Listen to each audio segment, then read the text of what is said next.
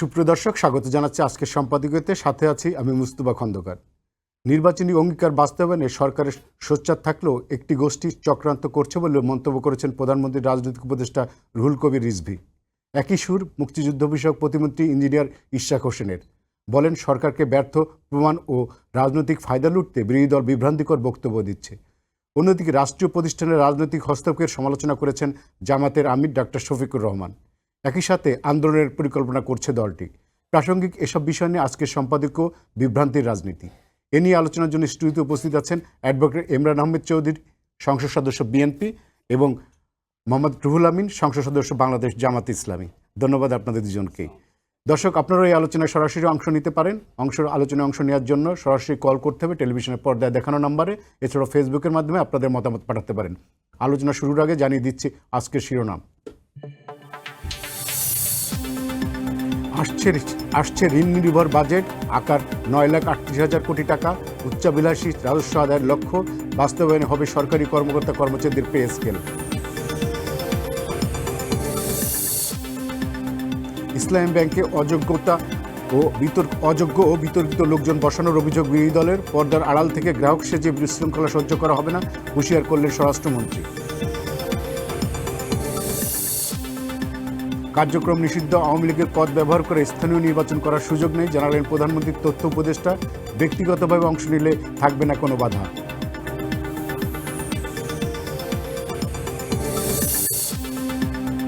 এবার কুড়িগ্রাম ও জামালপুরে পুশিনের চেষ্টা, সীমান্তে 60,000 বিজিবি, চাপে রাখতে নয় বরং নির্বাচনী অঙ্গীকার পূরণ করছে পশ্চিমবঙ্গ সরকার। আলোচনায় সমাধান চায় সরকার।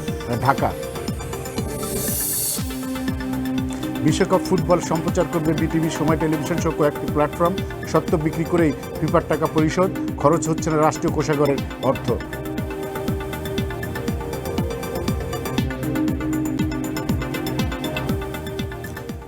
ইমরান আহমেদ, আপনাকে দিয়ে আমি শুরু করতে চাই। সেটা হচ্ছে যে আমি যেটা বললাম শুরুতেই, যে বিএনপির আপনাদের দলের সিনিয়র নেতারা অভিযোগ করেছেন যে সরকার একের পর এক তাদের রাজনৈতিক অঙ্গীকার, প্রতিশ্রুতি, নির্বাচনী প্রতিশ্রুতি বাস্তবায়ন করে চললেও বিরোধী দল নানা রকম বিভ্রান্তি সৃষ্টি করছে এবং তারা মূলত এক ধরনের সরকার বিরোধী মনোভাব তৈরি করছে জনগণের মধ্যে। এই বক্তব্যটা কি সঠিক? আসলে কি এরকম কিছু করছে বিরোধী দল? ধন্যবাদ আপনাকে এবং আপনার মাধ্যমে আমার দর্শক যারা দেখছেন তাদেরকে ধন্যবাদ, এবং আমার আলোচক মাননীয় সংসদ সদস্য তাকেও ধন্যবাদ জানাচ্ছি আজকের এই অনুষ্ঠানে সুন্দর ডিবেটের জন্য। এটা ইদানিং আসলে আমাদের যেসব বক্তৃতাগুলো আসছে পত্রপত্রিকায় আমরা দেখতে পাচ্ছি যে এক ধরনের কথাবার্তাগুলো আসছে বিরোধী দলের থেকে, বিশেষ করে জামাত ইসলামী বা এনসিপি আরও কিছু নেতৃবৃন্দের কাছ থেকে। এটা এই গণতন্ত্রের এই পর্যায়ে আমরা আশা করেছিলাম না যে এটা হবে, কিন্তু বাস্তবতা সেটা হচ্ছে। তার কারণটা হচ্ছে যে কেন যে হচ্ছে তারা সেটা জানেন, কারণটা ওনারাই ভালো জানতে পারেন। কিন্তু আমরা মনে করি এটা সরকারকে একটা অস্থিতিশীলতা ফেলে দিয়ে জনগণের কাছে সরকারের ভাবমূর্তি নষ্ট করা, একটা অস্থিতিশীল একটা পরিবেশ তৈরিতে সহযোগিতা করা। এবং যেটা ইতিমধ্যেই ফ্যাসিস্ট যারা ছিল তারা তো তাদের তৎপরতার মধ্যে সেটা আছে যে গণতান্ত্রিক সরকারকে তারা কাজ করতে দিবে না, তারা বিভিন্নভাবে বিশৃঙ্খলা তৈরি করবে, গোপনে হোক হোক। কিন্তু বিরোধী দল এইটাতে পা দিয়ে আমার মনে হয় সেটা তারাও এই পথে পা বাড়াচ্ছে, যেটা আমরা বক্তৃতা বিবৃতিতে দেখতে পাই। যেমন আমরা রিসেন্টলি শুনেছি এই যে ইসলামী ব্যাংক নিয়ে আমাদের মাননীয় বিরোধী দলের নেতা যে বক্তব্যগুলো রেখেছেন যে এখানে হলে আমাদের বুকের উপর দিয়ে রক্ত দিয়ে যেতে হবে। একটা ব্যাংক নিয়ে এ ধরনের বক্তব্যগুলো কিন্তু শোভনীয় না।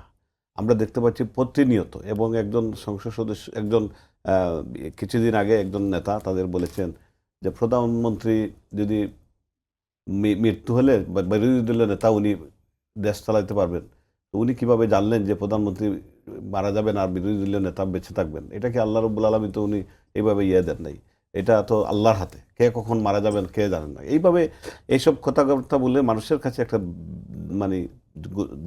ধূম্রজাল তৈরি করা হচ্ছে। তো আমরা মনে করি একটা দেশ হচ্ছে সরকার এবং বিরোধী দল মিলেই একটা দেশ।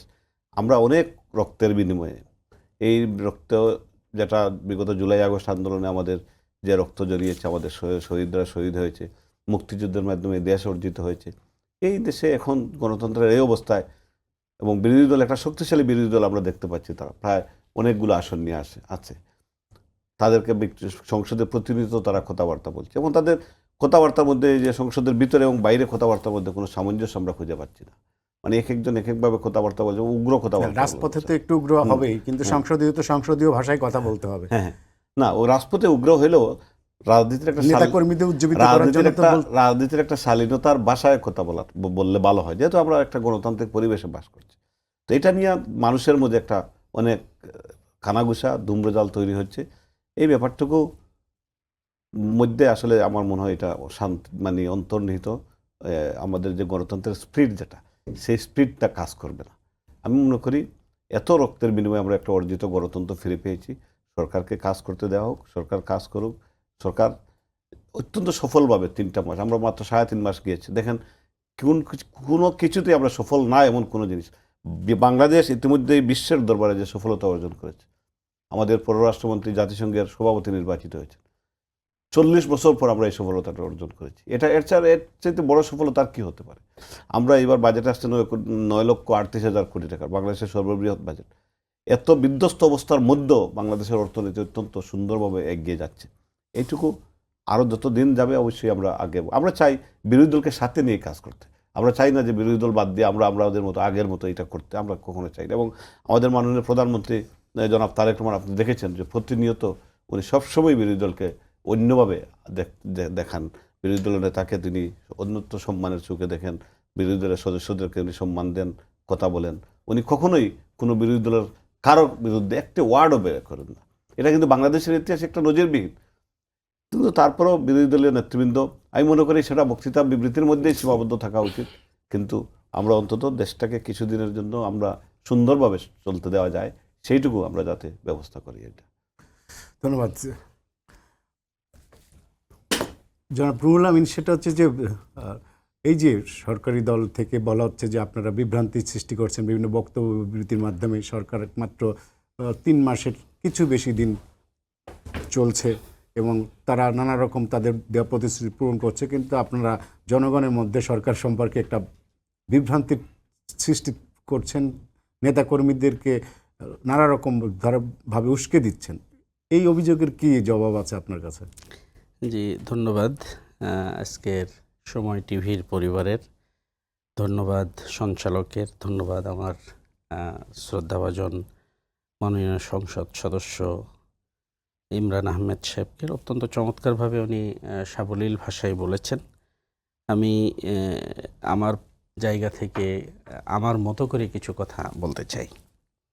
দেখেন, আমরা দীর্ঘ 17 বছর ফ্যাসিস্টের আমল আমরা পার করেছি।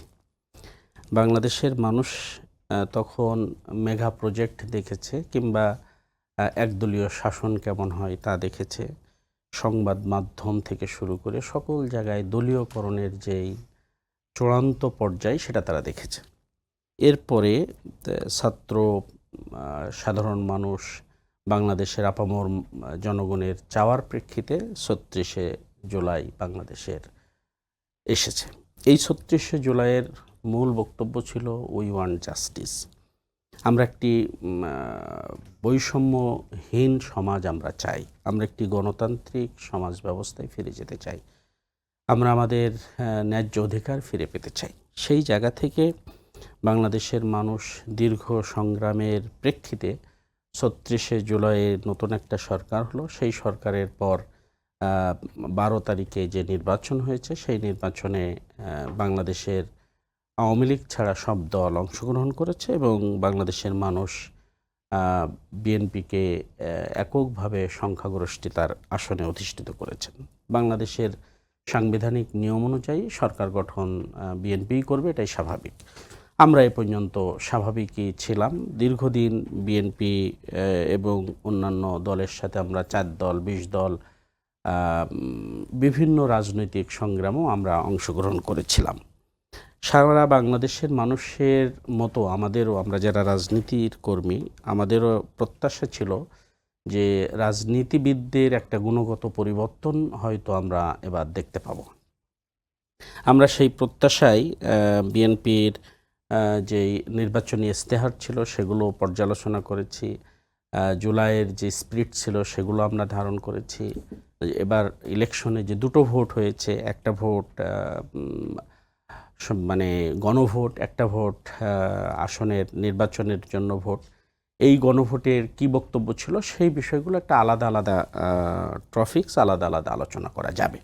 তো আমি একেবারে মোটা দাগে যদি বিএনপির 31 দফার কথা বলি, তাহলে প্রথম ছিল যে সংবিধান সংস্কার কমিশন গঠন করবে বিএনপি, প্রধানমন্ত্রীর দায়িত্ব পালনের সময়সীমা নির্ধারণ করবেন, আইনসভার উচ্চ কক্ষ প্রবর্তন করবেন, দুর্নীতি প্রতিরোধে দৃশ্যমান কার্যকরী ভূমিকা পালন করবেন, সবার জন্য স্বাস্থ্য, এই সব কথাগুলো যেগুলো থাকার হয় সেগুলো থাকতে হয়, সেই হিসেবেই আছে।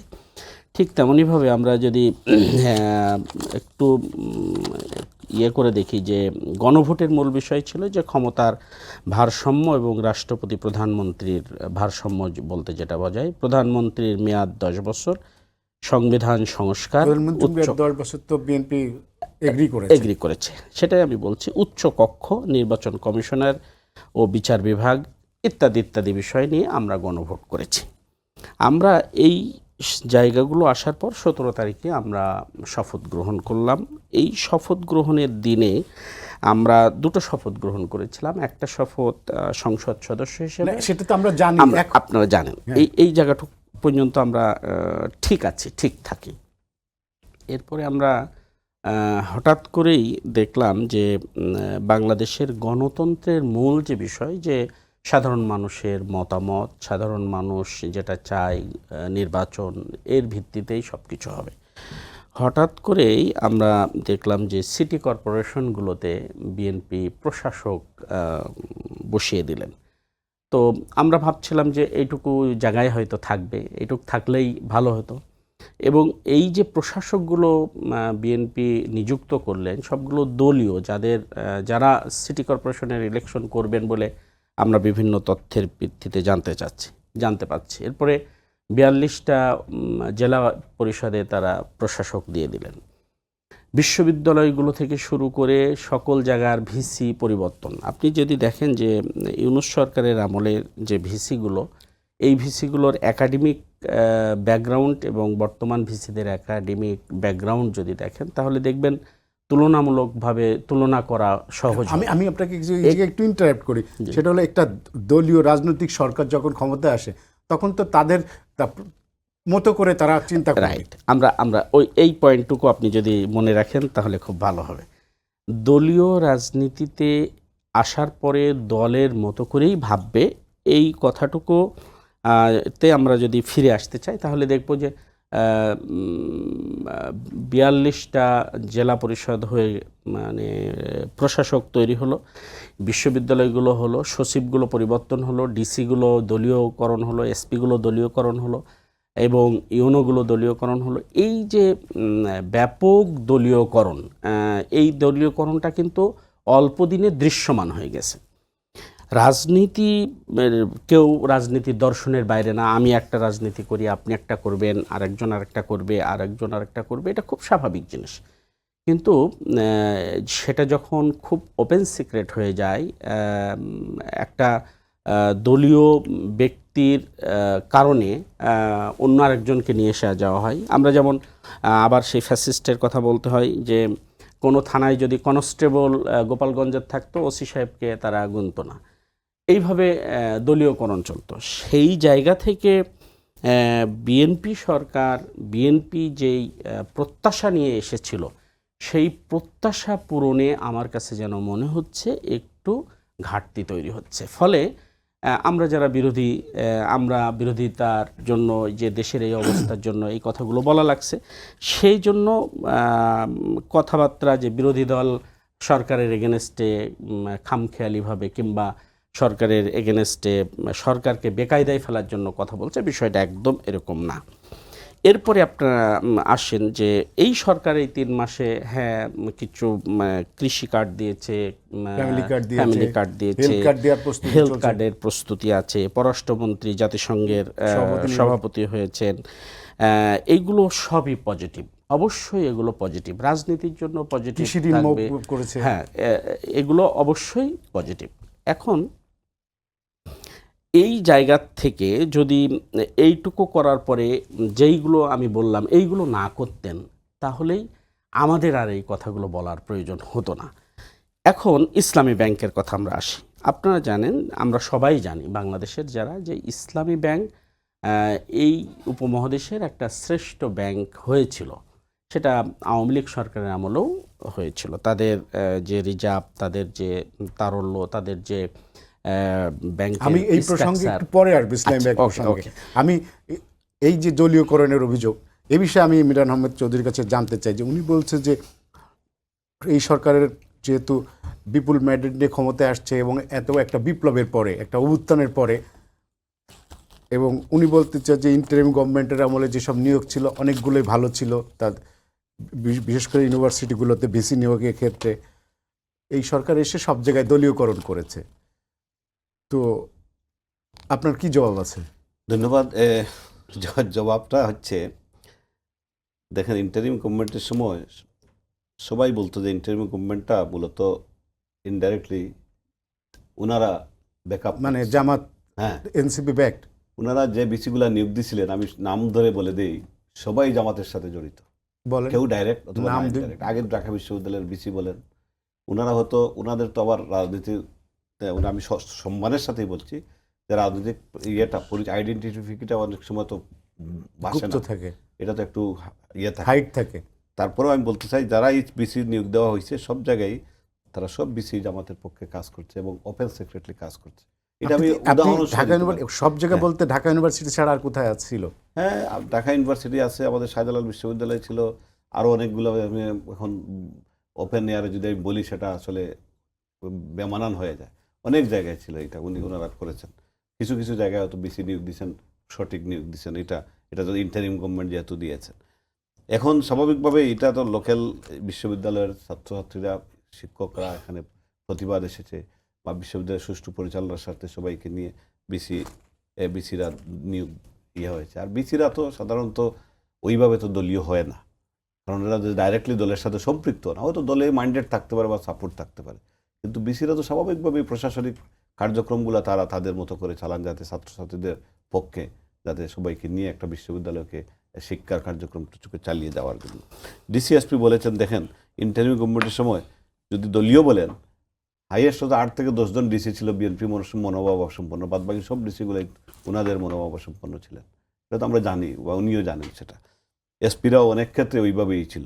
তারপরেও এইগুলা দেখেন, এখনও ফ্যাসিস্টদের নিয়োগ দেওয়া অনেক অফিসাররা রয়ে গেছে, কারণ আপনি তো রাষ্ট্রকে রাতারাতি পরিবর্তন করতে পারবেন না। 17 বছর ধরে পরিবর্তন ছিল করতে হবে, ক্ষমতায়, লোক তো একদিনে তো পাইতে হবে, সম্ভব না। লোক তো পাইতে হবে, যার জন্য এটা পরিবর্তন হয়েছে। হয়তো পরিবর্তনের ব্যাপারটুকু ওনারা একটু বেশি করে ধরছেন, বিকজ একটা পলিটিক্যাল গভর্নমেন্ট, তাদের নিয়োগটা তো একটু পলিটিক্যালাইজড কিছুটা তো হবেই, এটা তো স্বাভাবিক। আপনি বলেছেন, উনি বলেছেন যেটা ওই যে জেলা পরিষদের ব্যাপারটা, হ্যাঁ, জেলা পরিষদের প্রশাসকরা নিয়োগ দেওয়া হয়েছে, এরা পলিটিক্যাল। এটা তো একটা পলিটিক্যাল গভর্নমেন্ট, তো তাদের পলিটিক্যাল আইডিওলজিতে বিশ্বাসী কিছু নেতৃত্ব সেখানে বসাবে, কারণ এখানে প্রশাসক নিয়োগের প্রয়োজন ছিল। কারণ হচ্ছে বিগত 1.5-2 বছর থেকে এখানে মানুষ খুব কষ্টে ছিল। মানুষকে যে একটা সার্টিফিকেট নিবে, ওই প্রশাসনিক মানুষের ক্ষমতার মানুষের কাছে আসতে হয়।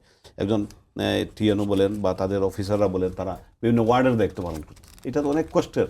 এর জন্য সাময়িকভাবে এই প্রশাসকটা নিয়োগ দিচ্ছেন, দেওয়ার পরে এটা আমাদের মাননীয় প্রধানমন্ত্রী বলেছেন, এবং আপনাদের স্থানীয় সরকার মন্ত্রী উনি বলেছেন যে যত তাড়াতাড়ি সম্ভব এটা নির্বাচন হবে।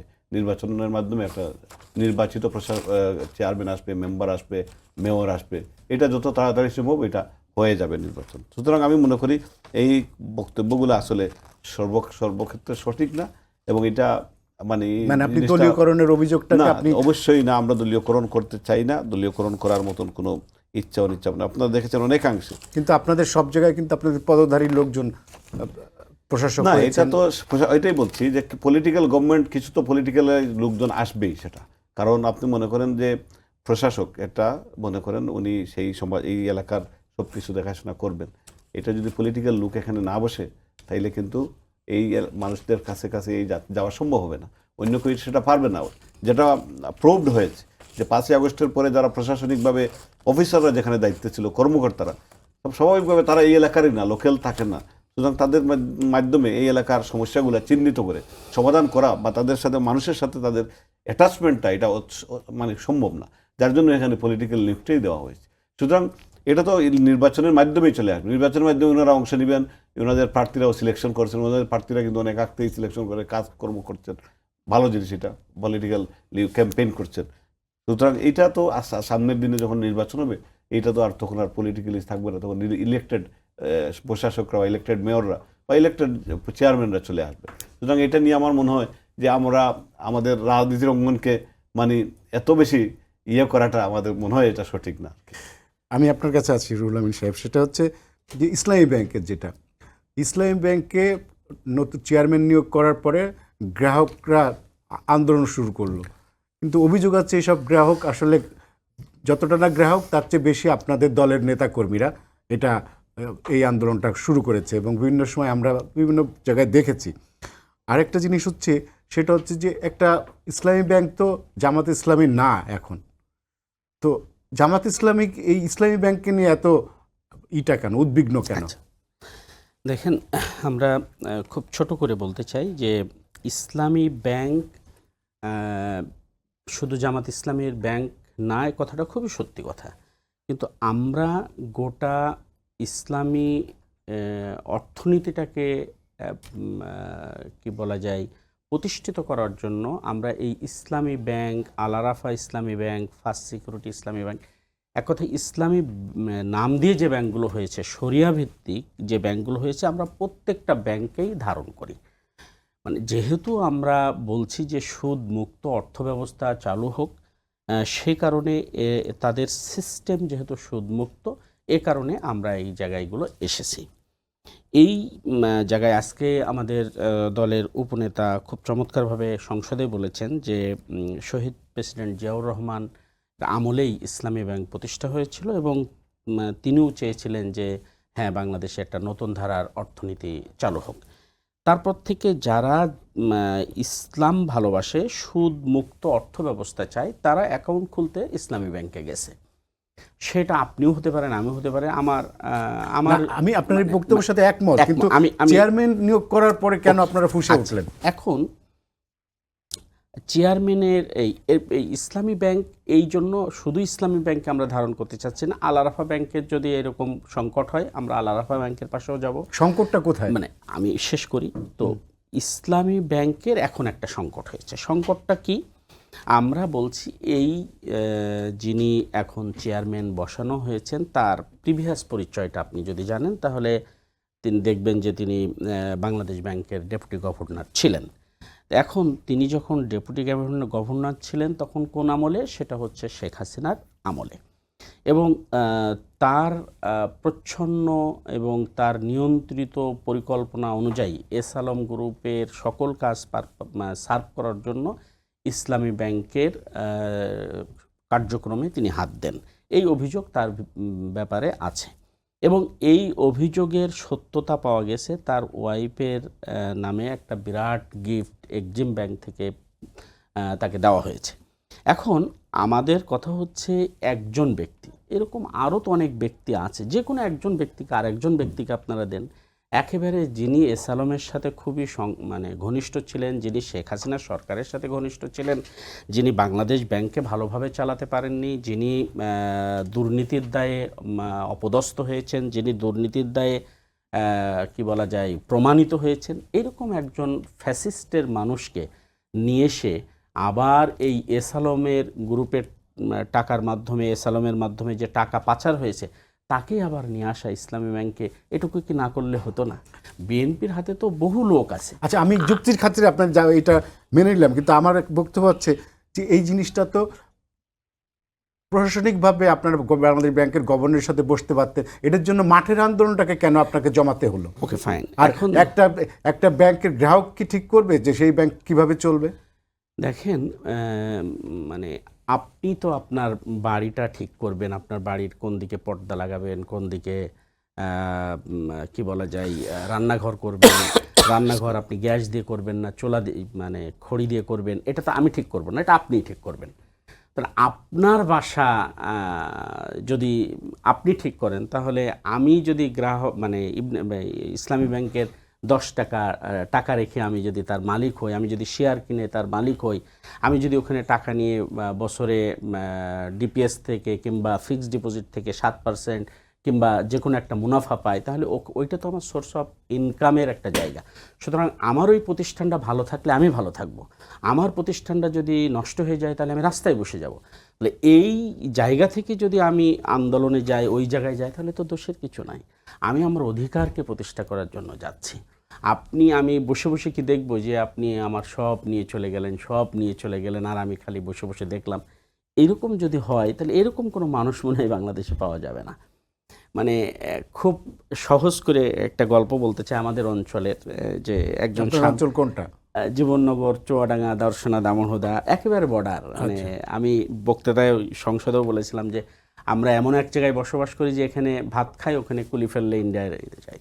তো স্বামী আর স্ত্রী ঘুমাচ্ছে, স্বামী আর স্ত্রী ঘুমানোর পরে হঠাৎ করে বনগাড়া এসে একটা মুরগি নিয়ে যাচ্ছে। তো স্ত্রী স্বামীকে ডেকে বলছেন যে তুমি আর মুরগি নিয়ে যাচ্ছে, তাড়াতাড়ি ওঠো। আবার স্বামী না উঠে ঘুমাচ্ছে। এরপরে কিছুক্ষণ পর আবার বনগাড়া এসে মুরগি নিচ্ছে।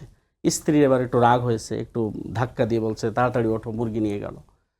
এরপরে আবার স্বামী না উঠে ঘুমাইছে। তৃতীয়বারে যখন আসছে তখন স্ত্রী আর সহ্য না করতে পেরে বলছে, মশির মতো খালি ঘুমাচ্ছ কি কারণে, ওঠো। তখন বলছে তুমি একটু থামো দিনি, আমি তো মুরগি আমার 3টে জায়গা, কিন্তু আমি বনগাড়ার আক্কেলটা দেখছি। একটা মুরগি নিয়ে গিয়ে থামে থাক, 2টো মুরগি আবার নিলি, আবার 3য় মুরগি নিলি। তার মানে এই কথাটা দ্বারা আমি এই জায়গায় নিয়ে আসতে এসেছে বোঝাতে চাচ্ছি, বিএনপি বহু জায়গায় হাত দিচ্ছে, কোনো সমস্যা নেই। বিএনপি বহু রকম কাজ করছে বাংলাদেশে। দেখেন, মুখে আমরা যাই বলি, ইলেকশনের সময় বিএনপির লোকজন কিভাবে আওয়ামী লীগের লোকজনের সাথে মিশেছেন, তাদেরকে বিভিন্ন কি বলা যায় প্রতিশ্রুতি দিয়েছেন। বিএনপির মহাসচিব আমাদের মন্ত্রী মহোদয় মির্জা ফখরুল ইসলাম আলমগীরের মতো প্রজ্ঞাবান রাজনীতিবিদও বলেছেন আমরা আওয়ামী লীগের লোকজনের রাজনীতি উঠিয়ে দেবো। এখন আবার যখন আওয়ামী লীগ আসছে তখন বিভিন্ন জায়গায় মিছিল মিটিং বিভিন্ন করছে। এই যে জায়গাগুলো দেখেন, বসুন্ধরা যদি বলেন, তারপরে এসা আলম গ্রুপ বলেন, অন্যান্য যারা আছে, এই মানুষগুলো বাংলাদেশের অর্থনীতিকে শেষ করেছে। এটা আপনিও মানবেন, আমিও মানব, অন্যরাও মানবে। এখন এই মানার জায়গায় যদি ব্যক্তি স্বার্থ কিংবা কোনো দলীয় স্বার্থের কারণে দেশের এই বৃহৎ স্বার্থকে আমরা মানে পাত্তা না দিই, তাহলে আমরা ভুল করব এবং সেই ভুল আমাদের পরবর্তী প্রজন্ম বয়ে বেড়াবে।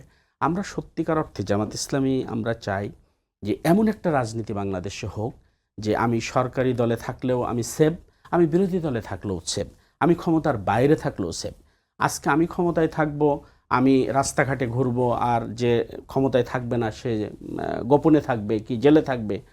আবার সে যখন কালকে আসবে আমার বাড়ি ঘরদোর ভাঙচুর হবে, আমি আবার জেলে থাকবো অথবা গোপনে থাকবো। এই রাজনীতিক কালচারটা আমরা চাই না। সত্যিকার অর্থে 54 বছর বহু কাদা ছড়াছড়ি হয়েছে, সবাই মিলে একটা জায়গায় আসা উচিত আমাদের পরবর্তী প্রজন্মের জন্য। প্রতিহিংসার রাজনীতি ছেড়ে কিভাবে একটি সম্মতার রাজনীতিতে আসা যায়, এটা আমাদের দেখা উচিত। এখন যারা রাজনীতি লিড করছে তাদের এটা ভাবতেই হবে, পরবর্তী প্রজন্মের জন্য যদি সুখী সমৃদ্ধশালী একটা বাংলাদেশ রাখতে চাই, পেটে আপনি খেতে না পারেন, মনের যদি শান্তি দিতে চান, তাহলে কিন্তু গভর্নমেন্ট যেভাবে হাঁটছে, তো গভর্নমেন্ট তো আমার কাছে মনে হচ্ছে যে কোনো প্রতিহিংসার রাজনীতি করছে না, নাকি আপনারা কোনো প্রমাণ পেয়েছেন? দেখা যাক, আরও অপেক্ষা করি আমরা, সেটা জনগণ বলবে। আমি আমারটা বলবো, আপনি আপনারটা বলবেন, আমার ইমরান ভাই ওনারটা বলবেন, জনগণ ভাববেন দিন শেষে কি হয়। সেই প্রসঙ্গ যদি আমি সুযোগ পাই এই 100 দিনের কর্মসূচিতে বিএনপি কি দিয়েছে সেটা নিয়ে আমি আলোকপাত করতে পারি। আমি একটু ইমরান ভাই আপনার কাছে আসি। সেটা হচ্ছে যে জামাত ইসলামীর আমির বলেছেন যে রাষ্ট্রীয় হস্তক্ষেপে এই বিভিন্ন প্রতিষ্ঠান দখল করছে সরকার। তো সরকার কি আদৌ কি এরকম দখল করছে? ওই যে ইসলামী ব্যাংকের কথা ওনারা, হ্যাঁ, এটাই আমি বলতে চাচ্ছিলাম। আপনারা ওনার উত্তরটা দিয়ে দেয় ইসলামী ব্যাংক সম্বন্ধে। এটা আজকেই সংসদে আলোচনা হয়েছে, উনি মাননীয় সংসদ সদস্য নিয়েছিলেন, আমিও ছিলাম এখানে। দেখেন, শহীদ জিয়াউর রহমান এই ইসলামী ব্যাংকটা প্রতিষ্ঠা করেছিলেন, এটা ওনারাও বলছেন। ধন্যবাদ এটা যে ওনারা বলেছেন এটা অনেক একটা মানে খুব ভালো একটা জিনিস, কারণ এটা তো স্বীকার করতেই হবে। ওই যে মুরগির উনি গল্পটা বললেন, মুরগি যখন আপনার মুরগি বাদ দিয়ে যদি দুধাল গাভী যদি থাকে, তো এটা তো কেউ ছেড়ে যেতে পারে না, মুরগি নয় চলে যাক, দুধাল গাভী থেকে কেউ যেতে দিবে না, কারণ তার দুধটা। এই স্থায়ী ব্যাংকটা হচ্ছে ওনাদের জন্য একটা দুধাল গাভীর মতো, এখান থেকে দুধ দেওয়া হয়। এইটাকে সরি টু সে এটা কথা বলতে হবে, বিকজ অফ আজকে এই সংসদে যে কথাগুলো আমাদের মাননীয় স্বরাষ্ট্রমন্ত্রী মহোদয় উনি যে যে পয়েন্টগুলো ফাইন্ড আউট করেছেন, সত্যিকার অর্থে সব প্রশ্নের উত্তর সঠিকভাবে ওইভাবে আনসার আসে নাই। যেমন আরএসডি প্রজেক্ট থেকে, এই ইসলামী ব্যাংকের একটা প্রজেক্ট আছে আরএসডি, সেই প্রজেক্ট থেকে 11,000 কোটি টাকা আগে এবং 11,000 কোটি টাকা পরে উত্তোলন করা হয়েছে।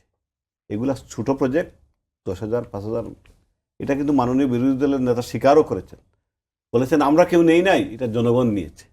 তো টাকা কি কেউ সাথে সাথে সাথে নেয় নাকি? এটা তো এইভাবেই নেওয়া হয়। চিন্তা করেন একটা ব্যাংক থেকে 11,000 12,000 22,000 কোটি টাকা যদি যায়, এই ব্যাংকটাকে কতটুকু দাঁড়ায় থাকতে পারবে? এবং এই সব টাকাগুলো ওইভাবে দেওয়া হয়েছে। যেমন বিগত ইলেকশনে নির্বাচনে, এই ইলেকশনের নির্বাচনে এই টাকাগুলো হ্যাঁ এই টাকাগুলো খরচ করা হয়েছে, ফান্ডিং করা হয়েছে। নির্বাচনে আমরা দেখেছি কারা প্রতিটা ফান্ডিং করছে এটা? না, এই যে ব্যাংক থেকে তোলা হয়েছে এক এক গ্রাহক হিসাবে, গ্রাহক তো থাকতে পারে না এটা গ্রাহক আমি বলি আপনাকে, এটা তাদের ওনাদের পরিকল্পনা মতো, ওনাদের মেম্বার যারা আছে, পাবলিক যারা আছে, দরিদ্র মানুষ যারা আছে, তাদেরকে টাকার বিনিময়ে এইসব ভোটের ক্ষেত্রে এগুলাকে ইউজ করা হয়েছে। এগুলো আমরা দেখেছি প্রতিটা আসনে 40-50 কোটি টাকা, 70 কোটি টাকা আমরা চিন্তাও করতে পারি না। যাদের অনেকের বাসা বাড়ি নাই, যাদের অনেকের ব্যবসা বাণিজ্য নাই, তারা কিভাবে 40 কোটি টাকা খরচ করবে, কিভাবে 50 কোটি টাকা খরচ করবে? নির্বাচন কমিশনের বাধা তো আছেই, তার বাইরেও তারপরেও যারা অনেকে হয়তো ব্যবসায়ী যদি থাকে বা কোনো বড় ব্যবসায়ী থাকলে তারা হয়তো খরচ করতেই পারে, কিন্তু যাদের কিছুই নাই, এটা তো জনগণের সাথে পারসেপশন আছে, ওনারা কিভাবে এত কোটি কোটি টাকা খরচ করলেন, এটার টাকাটার উৎস কোথায়, এগুলো তো বুঝতে হবে। এইসব টাকার উৎসগুলা এইভাবে এই টাকাগুলো আছে। আরেকটা ব্যবসায়ী গ্রুপ, উনি নামটা ঠিক মনে করতে পারছি না, নাবিল গ্রুপ, হ্যাঁ, উনি বলছেন 800 কোটি টাকা তারা নিয়েছেন, 800 কোটি টাকা, এটাও তাদের ফান্ডিংয়ের এইভাবে গেছে। এইভাবে অনেক টাকা গিয়েছে। এখন এই যে টাকাগুলো গেছে, এইগুলা তো কোথায় গেছে, কিভাবে গেছে? আমরা লক্ষ কোটি টাকা এই ফ্যাসিস্টরা নিয়ে গেছে, বাংলাদেশ থেকে পাচার করেছে। এখন যদি এইভাবে একটা ব্যাংক থেকে এইভাবে খালি করে এইভাবে কন্টিনিউ নেওয়া হয়, এখন গ্রাহক সেজে দলীয় মানুষ গিয়ে চেয়ার, আমরা পৃথিবীর কোথাও শুনি নাই, আপনিও জানেন আমরাও জানি, বাংলাদেশের অন্য কোনো ব্যাংকেও কোথাও শুনি নাই, শুধু এই ব্যাংকটাতে যে গ্রাহক সেজে চেয়ারম্যান কেন দেওয়া হলো, এটার জন্য প্রতিবাদ করা হলো। এটা কিভাবে হয় আমরা মানে বিশ্বের ইতিহাসে কোথাও নেই, এটা নজির বাংলাদেশে। যে গ্রাহকরা নামই জানে না এই ব্যাংকের চেয়ারম্যানের নাম কি, এমডির নাম কি, এটা জানেই না, ম্যানেজারের নাম জানে না অনেকে, কিন্তু সেটা চেয়ারম্যানকে পরিবর্তন করার জন্য গ্রাহক সেজে যে এটা রাজনৈতিকভাবে সেটা নেওয়া হচ্ছে, এটা কারা দিচ্ছে? এটা আমি মনে করি এটা ওনাদেরও শুভ বুদ্ধির উদয় হবে, বুঝবেন এই জিনিসগুলো ওনাদের জন্য ভালো না, পাবলিক পারসেপশন ওনাদের জন্য ভালো হবে না। ও সবাই জানে যে ইসলামী ব্যাংক থেকে তাদের কথা, তাদের আমিরের চিঠি দিয়ে ইসলামী ব্যাংকে ঋণ হয়, তাদের আমিরের কথা মতো ইসলামী ব্যাংক থেকে মানুষ টাকা তুলে, তাদের কর্মীরা সেখান থেকে টাকা নেয়। এইটা তো ওনারা স্বীকারও করেন না, আবার ওনাদের ব্যাংক বলে, এইটাও আবার না, ওনারা ওপেনলি সেটা বলেনও না। সুতরাং আমি মনে করি এইসব কথা বলে আসলে ব্যাংকিং খাতকে একটা খারাপ অবস্থার দিকে নিয়ে যাচ্ছেন। যেমন একজন চেয়ারম্যান, ওনার যদি যেই যোগ্যতা না থাকতো, ওনার বিরুদ্ধে অনেক অভিযোগ এসেছে, বাংলাদেশ ব্যাংক তদন্ত করেছে, কোনো তদন্তের ওনার বিরুদ্ধে কোনো কিছু পায় নাই। উনি কোনো পলিটিক্যাল লোকও না, উনি হয়তো আগের সময় কোনো কর্মকর্তা এখন কাজ করছে না, অনেকেই করছে। আগের ফ্যাসিস্টের সময় অনেকেই ছিল, এই যে সচিবালয়ে অনেকে আছে না কাজ করছে, তো কেউ যদি যোগ্য লোক থাকে তাকে দিয়ে কাজ করাইলে আমাদের যদি সেক্টরটা আগানো যায়, অসুবিধা কি? এটা তো আমরা দেশের জন্য আমরা অনেক মেনে নেই, তো ওনাদের জন্য কেন এত বিরোধ? ঠিক আছে, বুঝলাম এস আলম বসুন্ধরা গ্রুপ বলছেন যে এস আলম এবং বসুন্ধরা গ্রুপকে কারা ইউজ করেছে আমরা কি জানি না? দেশবাসী তো জানে বসুন্ধরা গ্রুপকে কারা ক্ষমা করে দিয়েছেন, কারা বসুন্ধরা গ্রুপে হেলিকপ্টার ইউজ করেছেন, কারা কীভাবে কাজ করেছেন, এটা তো আমরা জানি, সবাই দেশের মানুষের কাছে ওপেন সিক্রেট। সুতরাং আমরা সেই প্রসঙ্গে আমরা যেতে চাই না, আমরা সামনের দিকে এগোতে চাই। একটা ব্যাংককে ধরে রাখতে হলে, কারণ ইতিমধ্যেই আপনারা জানেন যে ইউনিয়ন ব্যাংক, ন্যাশনাল ব্যাংক, গ্রাহকগুলা রাস্তায় ঘুরছে, তাদের টাকা উদ্ধার করতে পারছে না। আরেকটা ব্যাংক যদি এইভাবে কন্টিনিউ একটা নির্বাচনী হয়ে যায়, দেউলিয়া হয়ে যায়, তাহলে আমাদের জন্য আর দেশের জন্য একটা নষ্ট হয়ে যাবে। আমরা মনে করি এটার একটা সুষ্ঠু, এটা আজকেই বলা হয়েছে আমাদের সংসদে সেটা বলা হয়েছে, আমাদের মাননীয় অর্থমন্ত্রী বলেছেন এটা সুষ্ঠু তদন্ত হবে, সুষ্ঠুভাবে কিভাবে এই অর্থনৈতিক শৃঙ্খলাটা রক্ষা হবে এইটা ওনারা কাজ করছেন। ওনাদের গাবড়াবার কোনো কারণ নেই। ওনাদের যা গ্রাহক আছেন তাদের গ্রাহক যা আমানত যেটা আছে, গ্রাহকের সম্পত্তি যেটা আছে, অবশ্যই সেটা রাষ্ট্রীয় সম্পদ হিসাবে থাকবে। এটা দেশের মানুষের সাথে তো স্বাভাবিকভাবে সেখানে লেনদেন হবে। এখন গ্রাহকরা যদি 2-3 হাজার কোটি টাকা তুলে নেয়, সেখান থেকে তুলে নিয়ে উনি কেন তুলবে গ্রাহকরা? কারণ এটা তো ব্যাংক। বরং ওনাদের যে কার্যকলাপ এটার জন্যই গ্রাহকরা টাকা তুলছেন, কারণ মনে করছেন এইটা ব্যাংক নিয়ে এই যে বিশৃঙ্খলা তৈরি হচ্ছে, আমাদের টাকাটা মানে নিরাপদ আস্থার থাকবে না। সংকট দেখা দিচ্ছে এটা বলে। আস্থার সংকট দেখা দিচ্ছে, এটাই সমস্যা। আমি একটু রুহুল আমিন সাহেব আপনার কাছে আসি, সেটা হচ্ছে যে আমি একটু অন্য প্রসঙ্গে আসি। এই যে আমরা হঠাৎ করেই ফ্যাসিস্ট দলের প্রধানের বাংলাদেশের এবং সেই দলের আবার নতুন করে দেশে ঢোকার বিভিন্ন ধরনের খবর পাচ্ছি পত্রপত্রিকায়, এবং বিভিন্ন জায়গায় তারা মিছিলও করছে ইদানিং। তো আপনারা সরকার যারা আছে বিএনপি এবং আপনারা যারা বিরোধী দলে আছে এনসিপি এবং জামাত ইসলামী, সবাই কিন্তু এদের বিরুদ্ধে আপনারা গত 17 বছর ধরে আন্দোলন করছেন। আপনাদের বিরুদ্ধে অভিযোগ দুই দলের বিরুদ্ধে যে আপনাদের পৃষ্ঠপোষকতাই তারা আবার ফেরত আসার চিন্তা করছে। আপনার কথায় আসি, হতেই পারে এরকম পৃষ্ঠপোষকতা যারা দিচ্ছে তারা জানে, সেটা আমিও দিতে পারি, আপনিও দিতে পারেন। অভিযোগ কেউ না কেউ করবে, অভিযোগ সত্য কি মিথ্যা সেটা দিন শেষে জনগণ আবার হিসেব করবে। আমি একটু আসতে চাই যে বাংলাদেশের ব্র্যাক ব্যাংক কিংবা ব্র্যাক গ্রামীণ ওয়েব আত্মবিশ্বাস এরকম অনেক এনজিও আছে। এই এনজিওগুলো কার? যদি আপনাকে এই প্রশ্ন করি তাহলে আপনি কি সহজ ভাষায় এর উত্তর দিতে পারবেন? আমি মনে করি যে না। ব্র্যাক প্রতিনিয়ত লোন দেয়। কাদের লোন দেয়? যারা প্রান্তিক জনগোষ্ঠী তাদের লোন দেয়। ওয়েব লোন দেয়। অন্যান্য এনজিওগুলো, যে এনজিওগুলো আছে তারাও লোন দেয়। ইসলামী ব্যাংকের RDS এই প্রকল্পটাও ঠিক এরকম, এক্স্যাক্ট এরকম। তাদের নিয়ে জেনারেল ব্যাংকিংয়ের বাইরের একটা প্রজেক্ট। এই প্রজেক্টে সাধারণ যারা হতদরিদ্র মানুষ, পিছিয়ে পড়া জনগোষ্ঠী, মহিলা যারা অল্প 10,000, 20,000, 50,000 টাকা লোন নিয়ে তারা একটু স্বাবলম্বী হতে পারে। যেমন মানে আমি আবার ওই গোড়ার কথায় আসছি যে একটা হচ্ছে মানে শরিয়া ভিত্তিক ইসলামী ব্যাংকিং, আর একটা হচ্ছে সুদ ভিত্তিক যেটা আমাদের এখানে চলে। তো যারা এই শরিয়া ভিত্তিক প্রান্তিক জনগোষ্ঠী যারা তাদের জীবনযাপন করতে চায় কিছু সহযোগিতা নিয়ে, তাদের জন্য RDS প্রকল্প। আপনি একটু বলেন দিনই যে ধরেন যিনি যদি ব্র্যাকের মালিকও হন, এই লোন দেওয়ার নামে বিভিন্ন লোকের কাছ থেকে টাকা তো উঠাই নিতে পারবে? এত সহজ?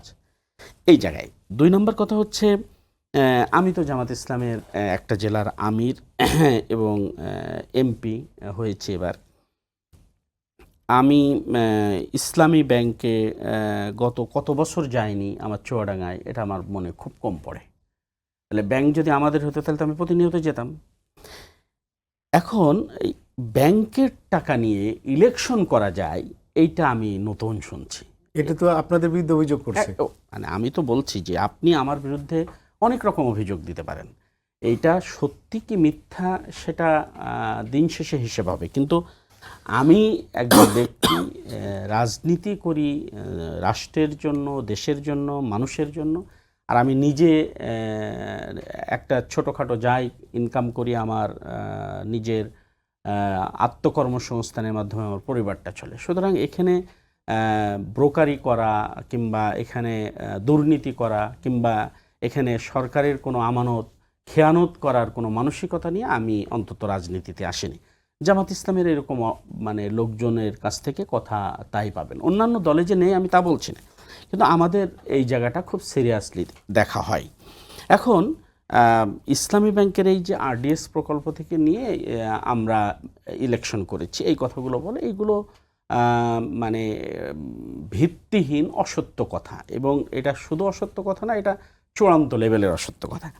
এখন আপনার বলতে পারেন যে ভাই আপনি ইলেকশন করেছেন, কিভাবে টাকা পেলেন, কিভাবে? আপনি অবাক হবেন যে এটা আমার সব জায়গায় আমি মনে রাখি যে আমি ইলেকশন করার সময় মাটির ব্যাংকে গচ্ছিত টাকা আমার একজন মানে ছাত্র আমার কাছে এসে দিয়েছে।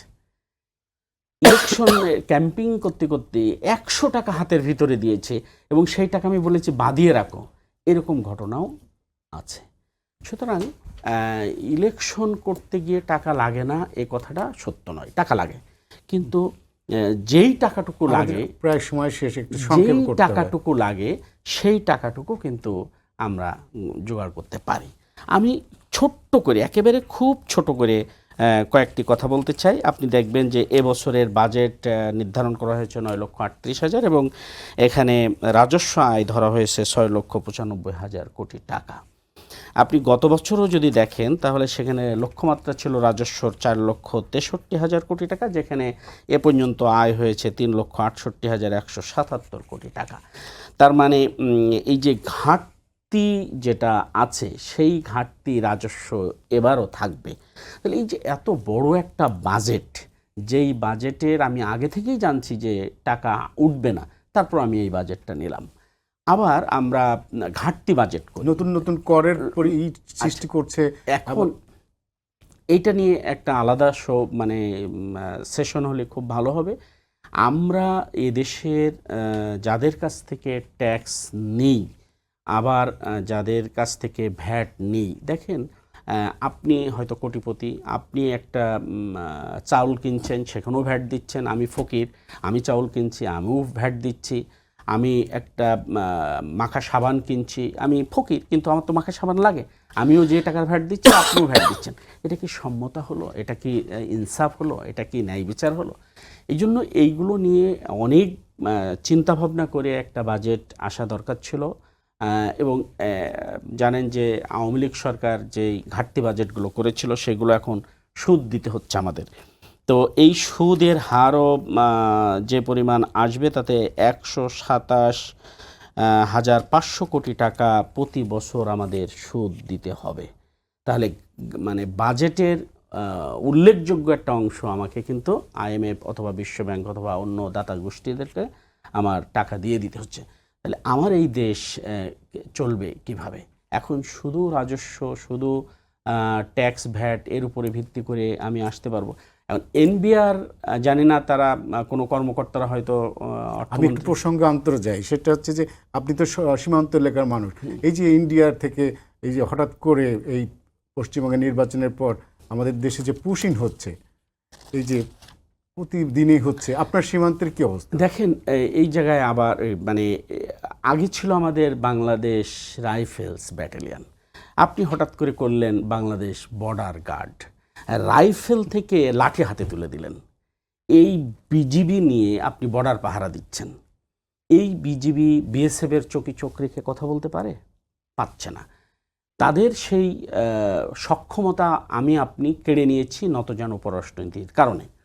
এরপরে আমাদের যে বর্ডার অঞ্চলগুলো, তাদের বিরাট বড় রাস্তা, আপনি যদি যেয়ে থাকেন ইন্ডিয়াতে তাহলে জানবেন। আমরা যেহেতু দৌড়ে যেতে পারি, আমরা ছোটবেলায় মেটেরি মেলায় যেতাম, তারা ওই জায়গা থেকে বর্ডার দেখছে, আর আপনি সারাক্ষণ একটা মাছায় অথবা মশার কামড় খেয়ে আপনার বিজিবি পাহারা দিচ্ছে।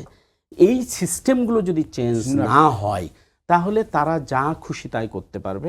প্রথম কথা হচ্ছে আপনার পররাষ্ট্র নীতি শক্ত হতে হবে, 2 নম্বর আপনার বিজিবিকে সক্ষমতা বাড়াতে হবে।